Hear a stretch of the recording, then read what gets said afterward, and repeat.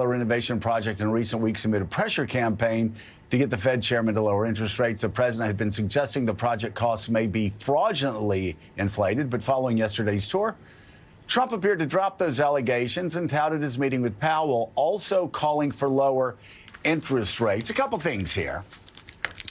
First of all, Sam Stein, I want you to look, if you will, at Jerome Powell's face here. And Powell, this is the follow-up, if you will. This is the follow-up to the Jonathan Swan Donald Trump meeting in the first. Powell has that swan look, right?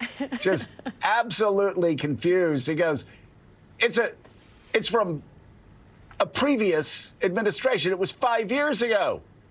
And then, of course, the senator agreed with the president. Oh, those are my numbers, too. Those are my numbers, too, which is pretty hilarious. But, you know, Sam Stein, afterwards, though, yeah, exactly. That swan. Can you do it? We need to do the swan look. It ain't Fallujah, mate.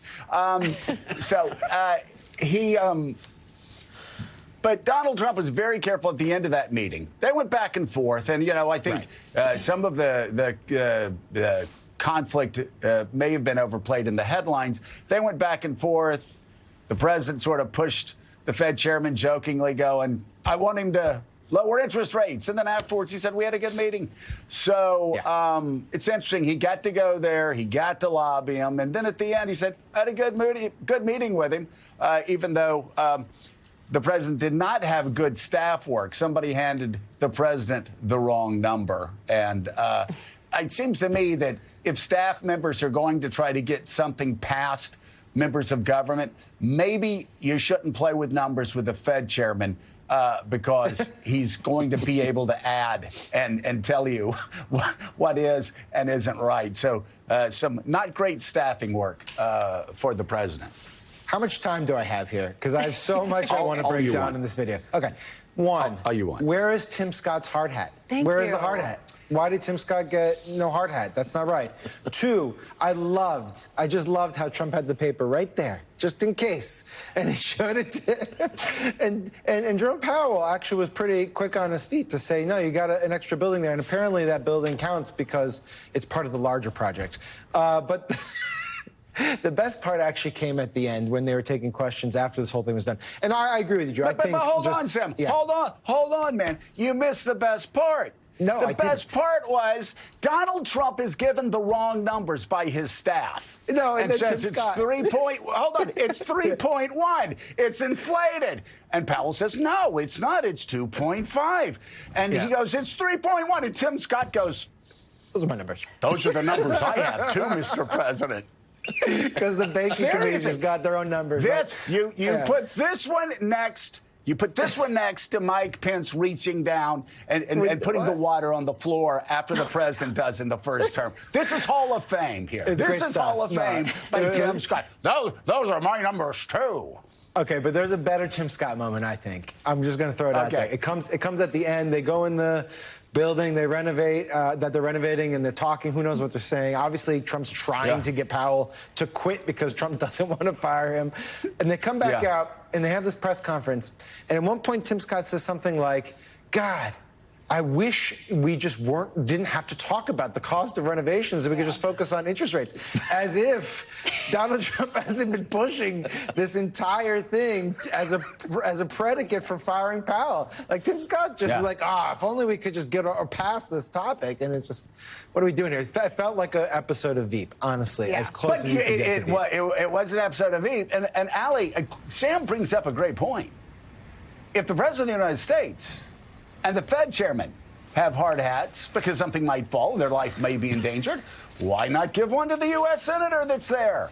Seemed unfair. The head of the banking committee. I mean, that's why he's there, is because he's the head of the Senate banking committee. Like, I had people asking me, why was Tim Scott there? And that is the answer. Maybe it was a late addition. He doesn't have the hard hat. I don't know. But I mean, that was the first question that I asked David Gura on Way Too Early when we were talking about this story is, what did Tim Scott do that he had to support the president but not get a hard hat in the process? I think Sam's right. There's so much to pick up on here. But I think the notable thing is we often talk about how tough Trump talks on social media. He's willing to nickname people, lob threats, whatever. But when he is face to face, he does have a much different comportment. And so the fact that he's ribbing the Fed chair about interest rates, when in fact his administration has been focused on questioning, can he fire this guy? What would the legal ramifications be? There's an active behind-the-scenes effort from the Treasury Secretary to not get him to fire the Fed chair. I mean, just last week, he was polling members of Congress on whether or not he should do it. So I think this is actually like a serious story that was made so much less serious by the way that they went about doing this visit, which when it first came up on the president's schedule, I think a lot of people were like, what? He's going to the Fed?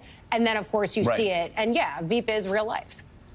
Right, but David Drucker, I think the headline here is, all kidding aside about hard hats and Tim Scott agreeing with a number that was just made up by a staff member. The important thing is how it ends. And how it ends is the President of the United States understanding, for the purpose of the markets, for the purpose of the banking sector, for the purpose of, decreasing volatility in the economy, he needed to come out and say, we had a good meeting. I pushed him on interest rates. I want interest rates lower. Every president wants interest rates lower. But at the end of the day, he said, we got along fine. Yeah, and that's actually pretty typical for Trump, as Ali was talking about. In one-on-one meetings, he's very charming, deferential, and courteous. And here we caught him at the tail end of that meeting. I actually questioned, because you never know with Trump, I actually questioned whether he actually has ever had any designs on firing Powell, but he just likes the fact that we're all talking about whether or not the president is going to try to fire Powell, which we don't really know that he can do in any event, but it keeps the conversation about him, and it keeps, in a sense, the markets spinning around him. But as we saw, at the height of the initial tariff blow-up after the so-called Liberation Day announcement, the president, when he's presented with certain facts about the economy, is willing to make adjustments. He just won't call them adjustments, but he'll make them. And if you're following the financial markets and you're following the news and the reporting about it, this is incredibly important, in part because politically, countries where monetary policy becomes entirely politicized end up having very volatile, troublesome, weak economies over time. Right, exactly. And again, the message sent not just domestically, but across the world at the end of that meeting is what is really the takeaway from that meeting. Though I've got to say, the Jonathan Swan quizzical look in the Fed chairman's eyes there. You look at that, John Lemire, and like he is playing the role of Swanee. And just to explain my Fallujah comment earlier, my favorite Jonathan Swan story, when a couple months ago when things were particularly chaotic in the administration, he's walking out of a restaurant in Washington, D.C. in Georgetown.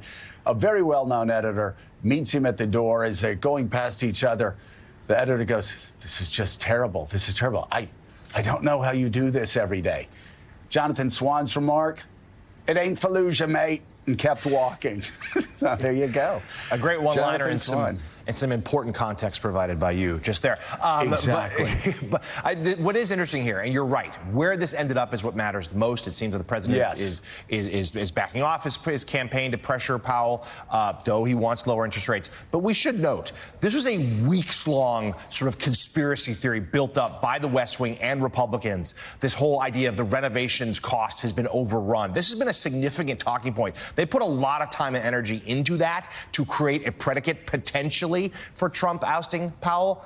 They've backed off of it, it appears. That story goes away.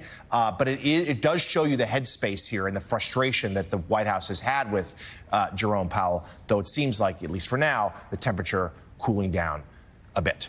Coming up a little later, we'll be joined by a former federal prosecutor who says he was fired by the Trump administration for his work on cases involving January